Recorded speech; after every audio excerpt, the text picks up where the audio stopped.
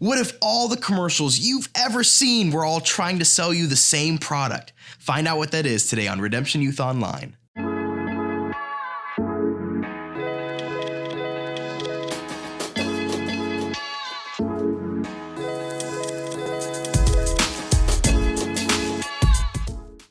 Is it just me, or are you and your family watching more TV than ever during this quarantine? I mean, it seems like every room in our house has some kind of screen on it, and with screens come commercials. Endless commercials. Commercials on the TV shows we're watching, on the podcasts we're listening to, on the social media we're scrolling through. And what I've noticed is these commercials aren't trying to sell me a product, they're trying to sell me a promise.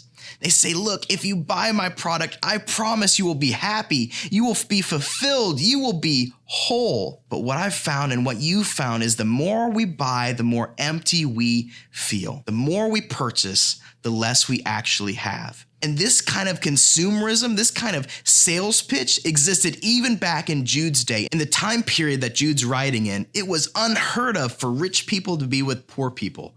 But what we found was in the early church, rich Christians buying lavish meals, inviting all the poor Christians to come so they could fellowship. These events were called love feasts. And what Jude is saying is, look, at your love feast, you have these people sneaking in, these salesmen, and what they're trying to sell you on is their own version of Christianity, a version that's distorted, manipulated. And these are the same people going to you and saying, hey, you can do whatever you want, live however you want, because God will forgive you if you ask him to. And Jude warns his audience by giving certain illustrations about them. We find this in Jude chapter 1, verses 12 through 13. When these people eat with you in your fellowship meals, commemorating the Lord's love, they are like dangerous reefs that can shipwreck you. He's saying, look, it's like you guys are sailing along, you're cruising along, you have no idea that danger's ahead, and you enter into conversation with one of these salesmen, and suddenly they start steering you the wrong way, and before you know it, your faith is being shipwrecked. They are like shameless shepherds who care only for themselves.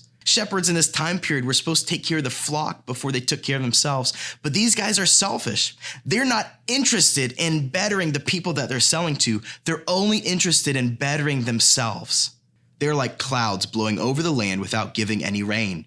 He calls them empty clouds. He says, look, we live in a desert. And when you see a cloud, you hope for rain, you hope for rest and for shade. But these clouds are empty. They're like trees in autumn that are doubly dead, for they bear no fruit and have been pulled up by the roots. And what people think he means by this is that not only do they have no fruit, but they have no leaves at all. They are good for nothing. They are uprooted. These trees can't benefit anybody for shade or for food. There's no happiness or fulfillment in them.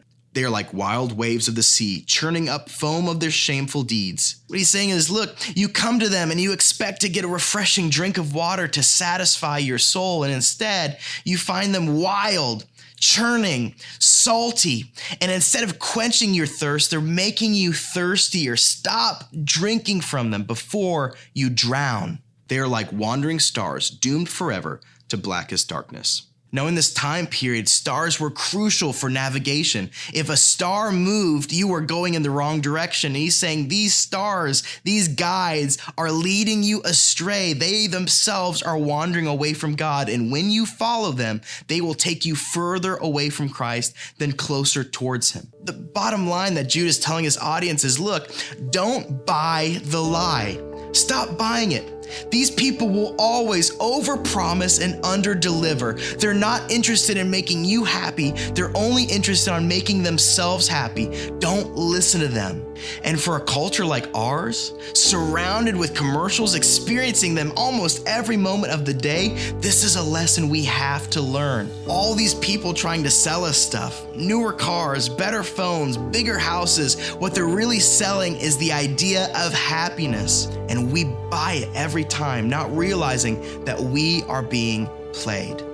There's only one who will never overpromise, never underdeliver. And that one person is Jesus. Jesus, who is the better shepherd that takes care of his flock before he takes care of himself. Jesus, who is the better tree of life that is always in season. Jesus, the true and living water that we drink from and our souls are satisfied. Jesus is the only one that can fulfill us, and no amount of commercials and no amount of buying will ever fill that void that he can fill in our lives. Tonight, as a family, I encourage you to cut off the screens, to pause this, and to talk about these important questions.